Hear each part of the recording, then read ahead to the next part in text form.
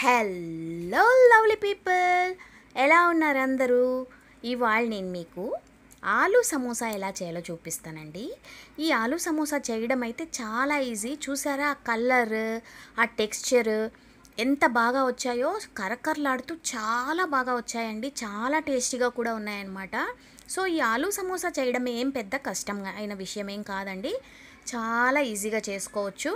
So మనం వీడియోలోకి అయితే వెళ్ళిపోదాం. మీకు కనుక నా వీడియోస్ నచ్చినట్టయితే లైక్, షేర్ అండ్ సబ్స్క్రైబ్ చేసుకోండి నా ఛానల్కి. సో వీడియోలోకి వెళ్ళిపోయే ముందు మనం ఆలూ సమోసా చేసుకోవాలంటే ముందుగా 2 ఆలూలు అయితే ఉడికించి పెట్టుకోవాలండి. సో మనం మెథడ్ అయితే చూసేద్దాము. గబగబా చూపించేస్తాను, టకటకా చూసేయండి, చకచకా చేసేయండి. సో పంజాబీ ఆలూ సమోసా ఎలా చేయాలో ఇప్పుడు చూపిస్తాను. ముందుగా మనం పైన తోపు పిండి కలుపుకోవాలండి. దీనికి ఒక బౌల్లో 1 కప్పు మైదా తీసుకోండి. మైదాలో కొంచెం ఒక చిటికెడు వాము వేసుకోండి. తర్వాత రుచికి సరిపడా ఉప్పు వేసుకోండి. తర్వాత 2 స్పూన్ల నూనె వేసుకోండి. రీఫైండ్ ఆయిల్ అయినా నెయ్యి అయినా వేసుకోండి. వేసుకుని ఫస్ట్ ఈ పిండిలో ఈ నూనె అంతా బాగా కలిసే వరకు బాగా ఫస్ట్ కలుపుకోండి. ఫస్ట్ నీళ్లు పోసేసుకోకండి. ఇలా నిదానంగా కలుపుకుంటే మనకి ఇలా ముద్ద చేస్తే ఇలాగా మనకి ఇలా ఉండాలన్నమాట పిండి. సో ఆయిల్ అంతా బాగా కలిసిపోయింది. ఇప్పుడు మనం దీనికి సరిపడా నీళ్లు పోసుకుని దీన్ని సాఫ్ట్గా మంచి చపాతీల పిండిలాగా కలుపుకోవాలన్నమాట. సో మనం సమోసాలు చేసుకోవాలంటే ఫస్ట్ పిండితో స్టార్ట్ చేస్తామండి. ఎందుకంటే పిండి కొంతసేపు నానుతుంది. మనం కూర చేసుకునే లోపు పిండి ఒక అరగంట సేపు నానుతుంది కాబట్టి ఫస్ట్ అయితే పిండి కలిపి పెట్టేసుకుంటున్నాం అనమాట. ఇలా సాఫ్ట్గా పిండి కలిపి పెట్టుకోవాలి. సో దీని మీద మూత పెట్టేసి అలా పక్కన పెట్టేద్దాం. ఇప్పుడు మనం లోపల పెట్టే కూర ఎలా చేయాలో చూద్దాం. ఒక కడాయి వేడి చేసుకుని 2 స్పూన్ల నూనె అయితే వేసేసుకోండి. తర్వాత ఒక 2 పచ్చిమిరపకాయలు సన్నగా తరిగి వేసుకోండి. తర్వాత ఉల్లిపాయ వేసుకోండి. ఒక పెద్ద ఉల్లిపాయ సన్నగా తరిగి వేసుకోండి. తర్వాత 1 స్పూను అల్లం వెల్లుల్లి పేస్ట్ వేసుకోండి. ఫస్ట్ ఇవి మనం బాగా వేపేద్దాం. నిదానంగా ఇలా 2 నిమిషాలు అయితే దీన్ని ఇలా పచ్చివాసన పోయే వరకు ఇలా వేపేద్దాం. తర్వాత దీంట్లో మనం వేయాల్సిన డ్రై మసాలా పౌడర్స్ అన్నీ ఒకదాని తర్వాత ఒకటి వేసేసుకుందాం. ముందుగా ఏమేస్తామంటే చిటికెడు పసుపు వేసుకున్నామండి.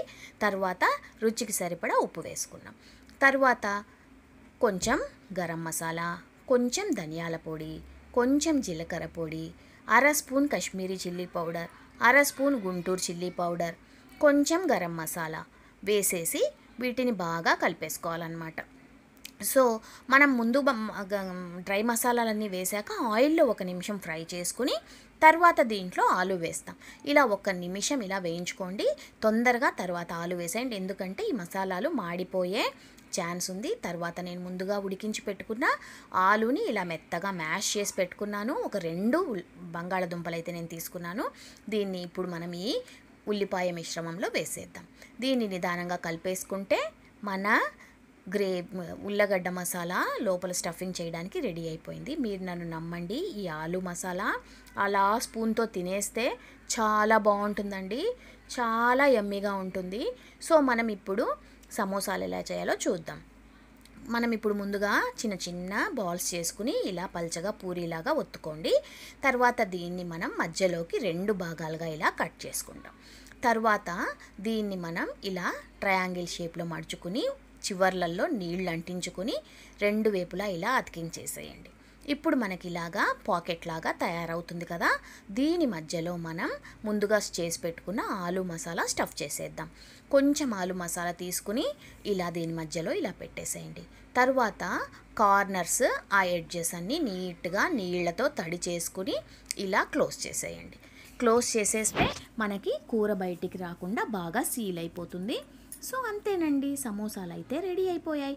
మీకు నేను ఇంకొకటి కూడా చేసి చూపిస్తాను చూడండి.